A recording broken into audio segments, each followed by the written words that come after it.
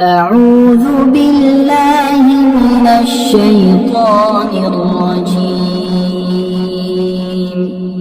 بسم الله الرحمن الرحيم. الحمد لله الذي أنزل على عبده الكتاب ولم يجعل له عوجا قيما لينذر بأسا شديدا من لدنه ويبشر المؤمنين الذين يعملون الصالحات أن لهم أجرا حسنا ماكثين فيه أبدا وينذر الذين قالوا اتخذ الله ولدا ما لهم به من علم ولا لآبائهم كبرت كلمة تخرج من أفواههم إن يقولون إلا كذبا فلعلك باخع نفسك على آثارهم إن لم يؤمنوا بهذا الحديث أسفا إنا جعلنا ما على الأرض زينة لها لنبلوهم أيهم أحسن عملا وإنا لجاعلون ما عليها صعيدا جرزا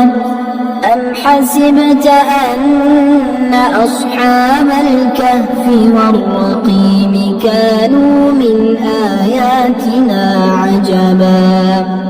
إذ أوى الفتية إلى الكهف فقالوا ربنا آتنا من لدنك رحمة وهيئ لنا من أمرنا رشدا فضربنا على آذانهم في الكهف سنين عددا ثم بعثناهم لنعلم أي الحزبين أحصى لما لبثوا أمدا نحن نقص عليك نبأهم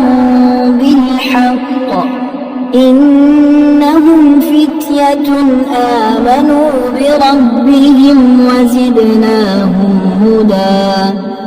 وربطنا على قلوبهم إذ قالوا فقالوا ربنا رب السماوات والأرض لن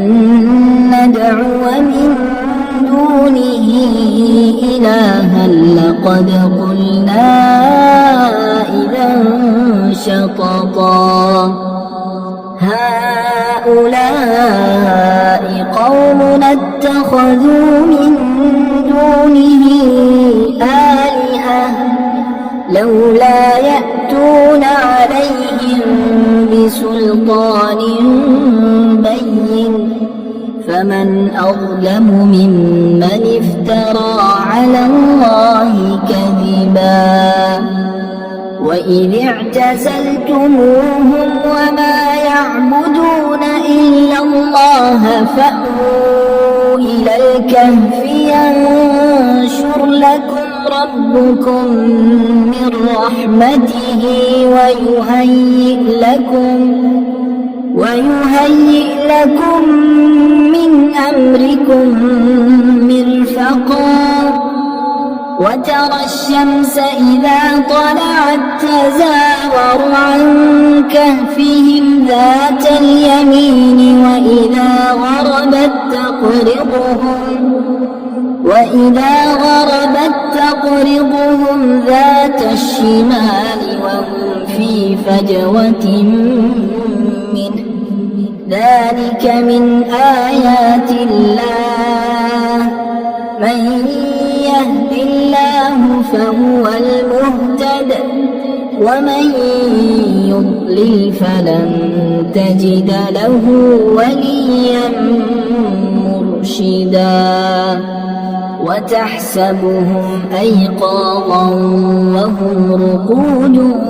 ونقلبهم ذات اليمين وذات الشمال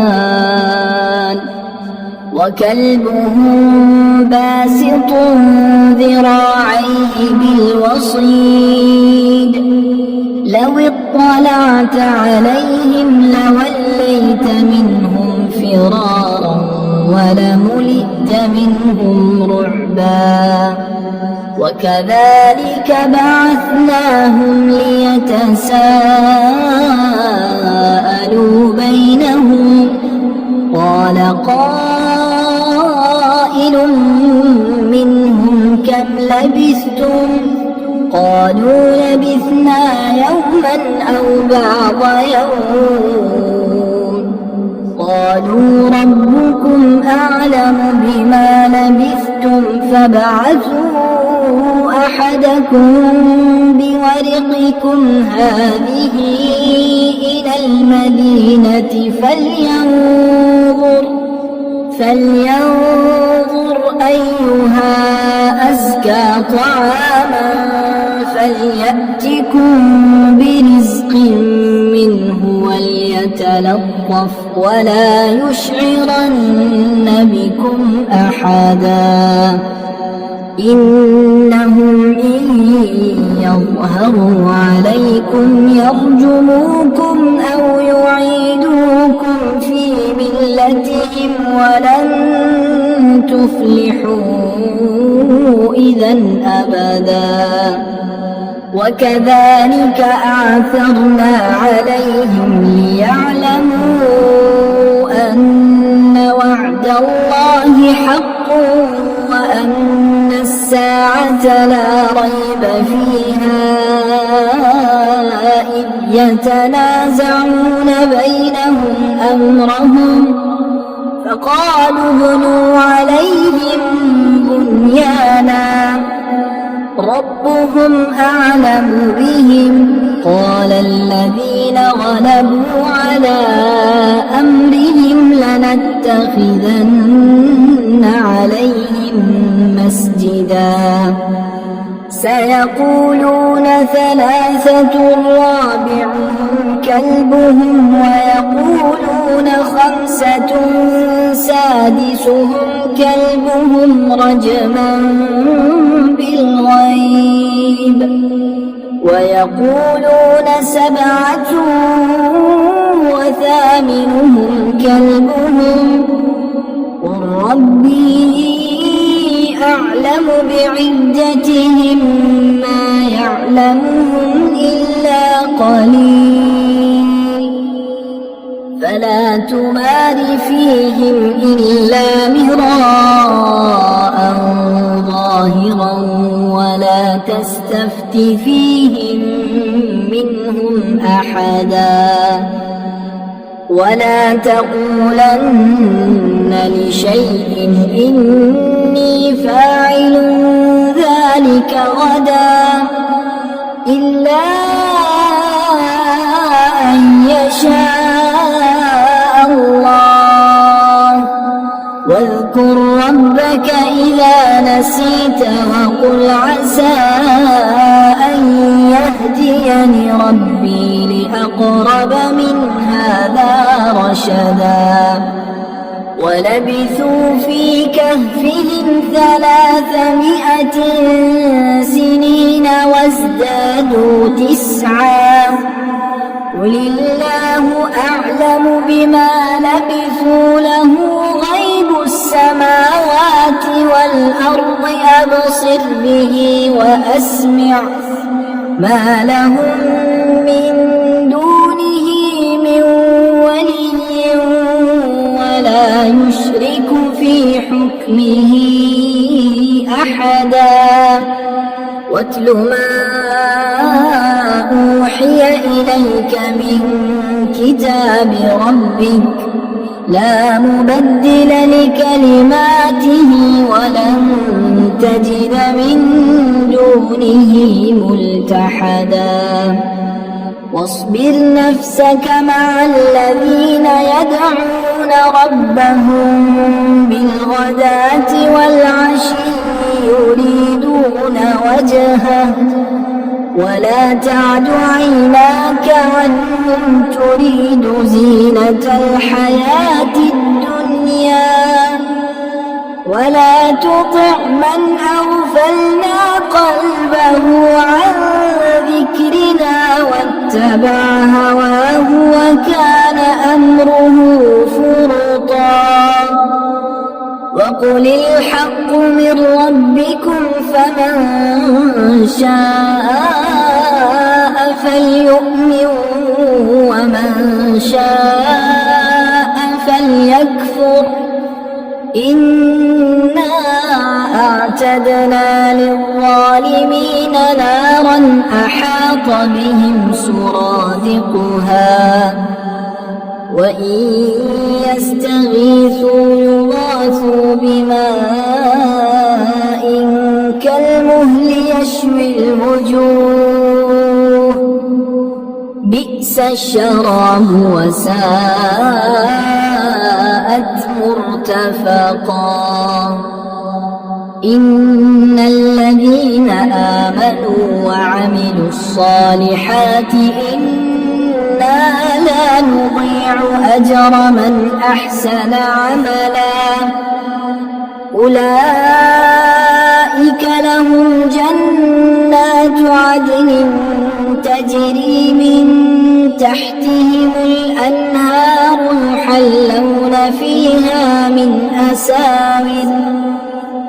يحلون فيها من أساور من ذهب ويلبسون ثيابا خضرا من سندس واستبرق متكئين فيها على الأرائك نعم الثواب وحسنت مرتفقا واضرب لهم مثل الرجلين جعلنا لأحدهما جنتين من أعناب وحففناهما بنخل وجعلنا بينهما زرعا كلتا الجنتين آتت أكلها ولم تظلم منه شيئا وفجرنا خلالهما نهرا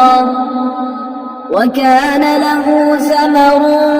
فقال لصاحبه وهو يحاوره أنا أكثر منك مالا وأعز نفرا ودخل جنته وهو ظالم لنفسه قال ما أظن أن تبيد هذه أبدا وما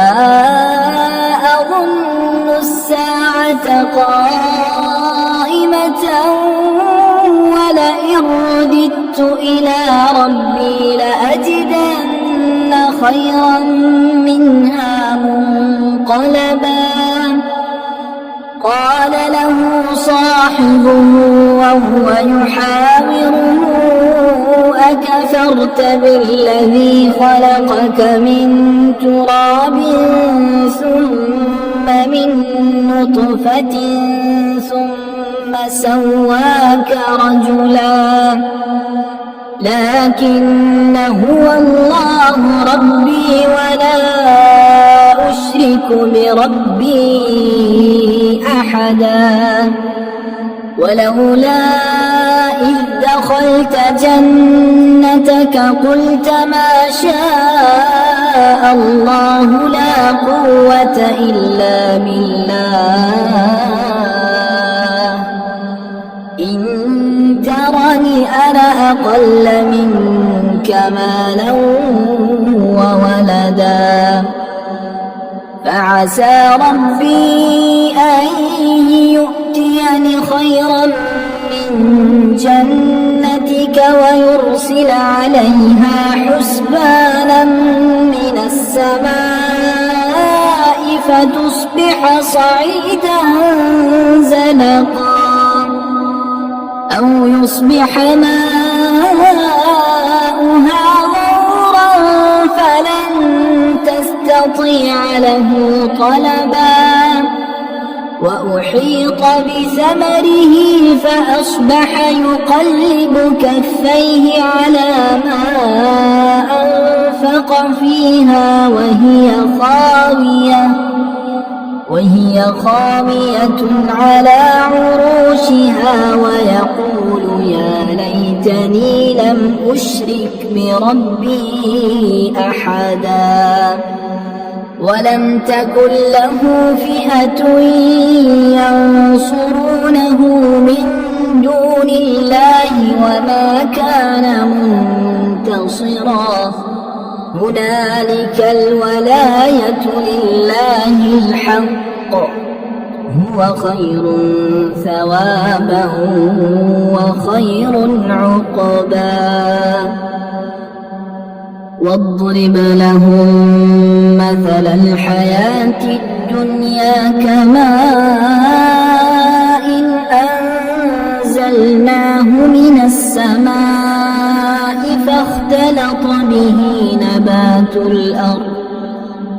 فاختلط به نبات الأرض فأصبح هشيما تذروه الرياح وكان الله على كل شيء مقتدرا المال والبنون زينة الحياة الدنيا والباقيات الصالحات خير عند ربك ثوابا وخير أملا ويوم نسير الجبال وترى الأرض بارزة وحشرناهم فلم نغادر منهم أحدا وعرضوا على ربك صفا لقد جئتمونا كما خلقناكم أول مرة بل زعمتم أن لن نجعل لكم موعدا ووضع الكتاب فترى المجرمين مشفقين مما فيه ويقولون يا ويلتنا ما لهذا الكتاب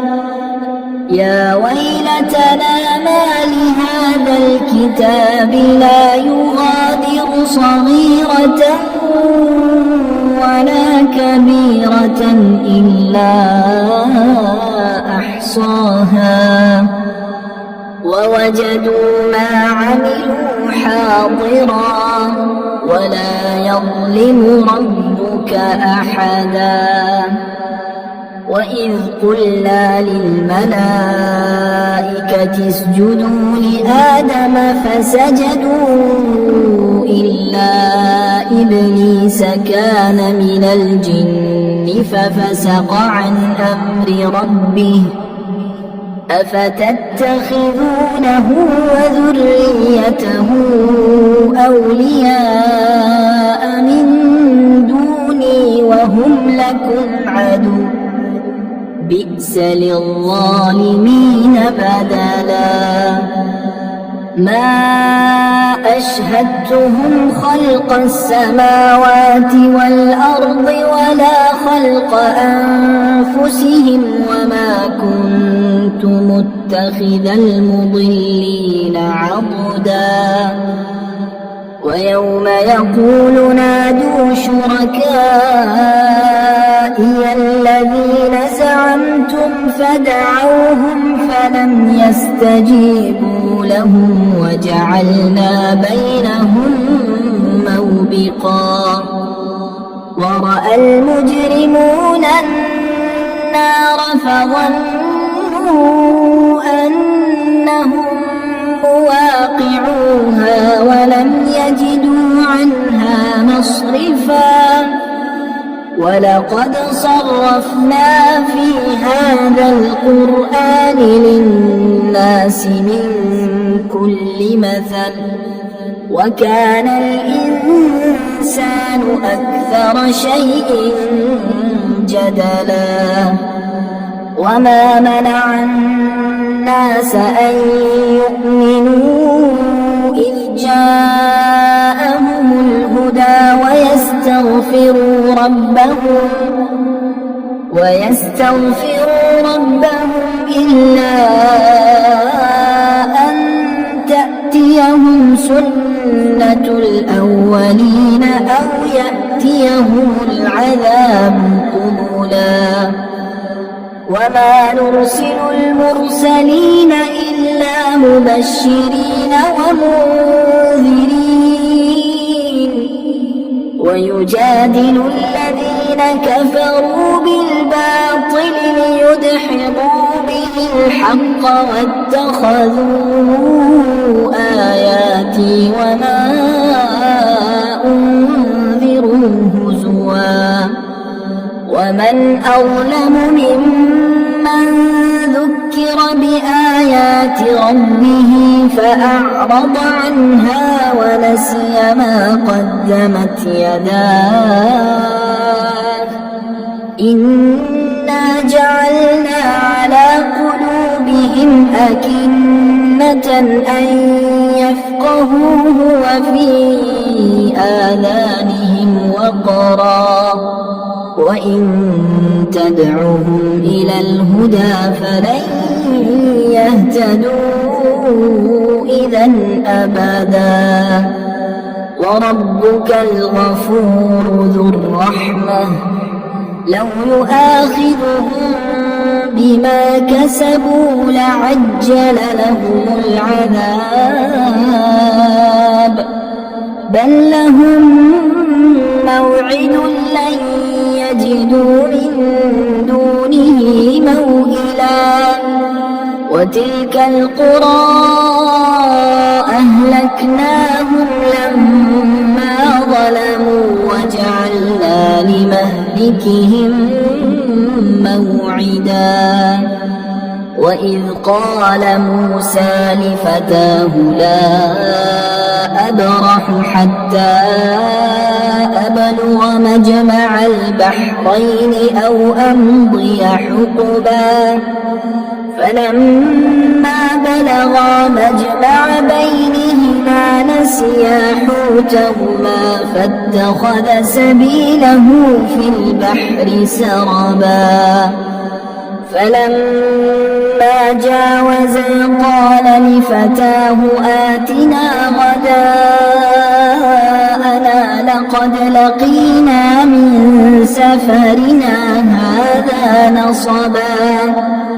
قال أرأيت إذ أوينا إلى الصخرة فإني نسيت الحوت وما أنسانيه إلا الشيطان أن أذكره واتخذ سبيله في البحر عجبا قال ذلك ما كنا نبغي فارتدا على آثارهما قصصا فوجدا عبدا من عبادنا آتيناه رحمة من عندنا وعلمناه من لدنا علما قال له موسى هل أتبعك على أن تعلمني مما علمت رشدا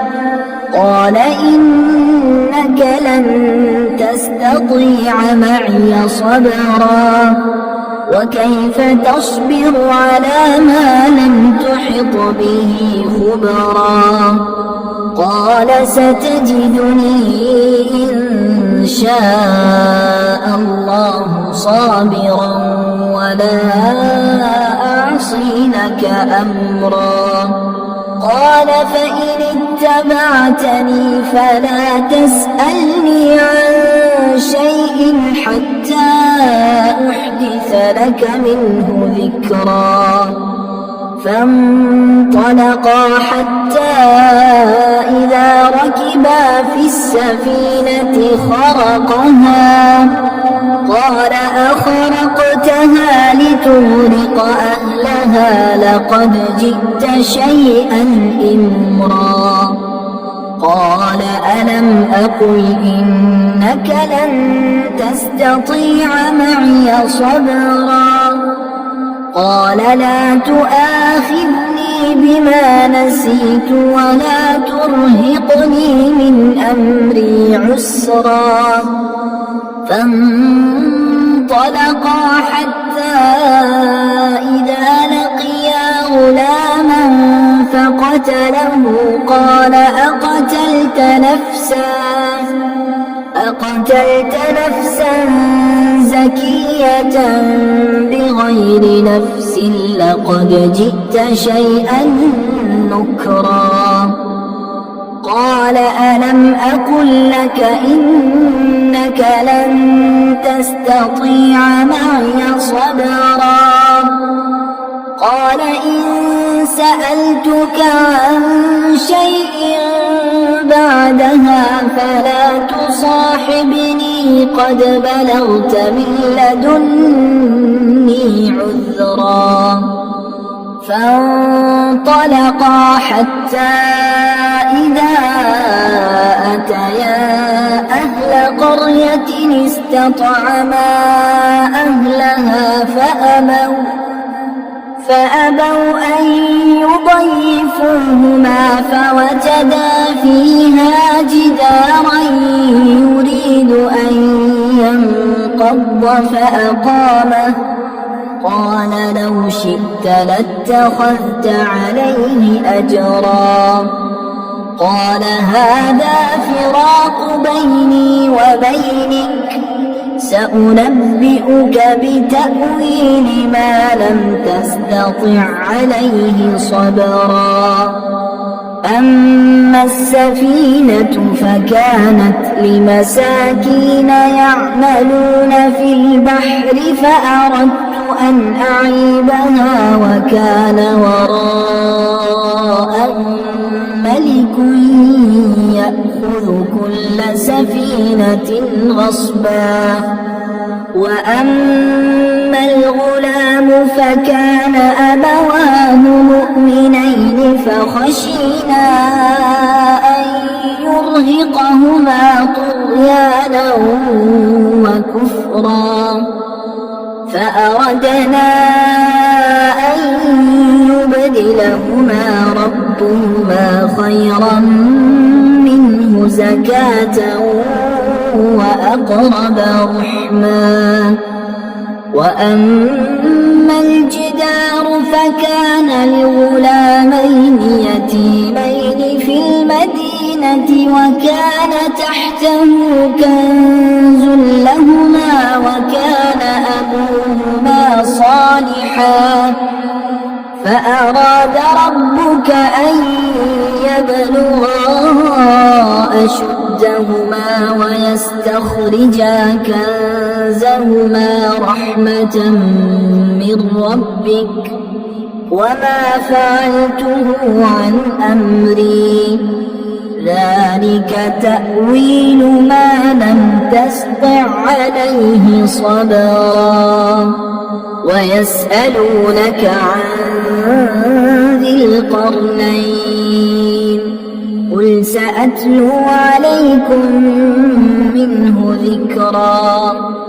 إنا مكنا له في الأرض وآتيناه من كل شيء سببا. فأتبع سببا حتى إذا بلغ مغرب الشمس وجدها تغرب في عين حمئة ووجد عندها قلنا يا ذا القرنين إما أن تعذب وإما أن تتخذ فيهم حسنا قال أما من ظلم فسوف نعذبه ثم يرد إلى ربه فيعذبه عذابا نكرا وأما من آمن وعمل صالحا فله جزاء الحسنى وسنقول له من أمرنا يسرا ثم أتبع سببا حتى إذا بلغ مطلع الشمس وجدها تطلع على قوم لم نجعل لهم من دونها سترا كذلك وقد أحطنا بما لديه خبرا ثم أتبع سببا حتى إذا بلغ بين السدين وجد من دونهما قوما لا يكادون يفقهون قولا قالوا يا ذا القرنين إن يأجوج ومأجوج مفسدون في الأرض فهل نجعل لك خرجا على أن تجعل بيننا وبينهم سدا قال ما مكني فيه ربي خير فأعينوني بقوة أجعل بينكم وبينهم ردما آتوني زبر الحديد حتى إذا ساوى بين الصدفين قال انفخوا حتى إذا جعله نارا قال آتوني أفرغ عليه قطرا فما استطاعوا أن يظهروه وما استطاعوا له نقبا قال هذا رحمة من ربي فإذا جاء وعد ربي جعله دكا وكان وعد ربي حقا وتركنا بعضهم يومئذ يموج في بعض ونفخ في الصور فجمعناهم جمعا وعرضنا جهنم يومئذ للكافرين عرضا الذين كانت أعينهم في غطاء عن ذكري وكانوا لا يستطيعون سمعا أفحسب الذين كفروا أن يتخذوا عبادي من دوني أولياء إنا أعتدنا جهنم للكافرين نزلا قل هل ننبئكم بالأخسرين أعمالا الذين ضل سعيهم في الحياة الدنيا وهم يحسبون أنهم يحسنون صنعا أولئك الذين كفروا بآيات ربهم ولقائه فحبطت أعمالهم فلا نقيم لهم يوم القيامة وزنا ذلك جزاؤهم جهنم بما كفروا واتخذوا آياتي ورسلي هزوا إن الذين آمنوا وعملوا الصالحات كانت لهم جنات الفردوس نزلا خالدين فيها لا يبغون عنها حولا قل لو كان البحر مدادا لكلمات ربي لنفد البحر قبل أن تنفد كلمات ربي ولو جئنا بمثله مددا قل إنما أنا بشر مثلكم يوحى إلي أنما إلهكم إله واحد فمن كان يرجو لقاء ربه فليعمل عملا صالحا ولا يشرك بعبادة ربه أحدا.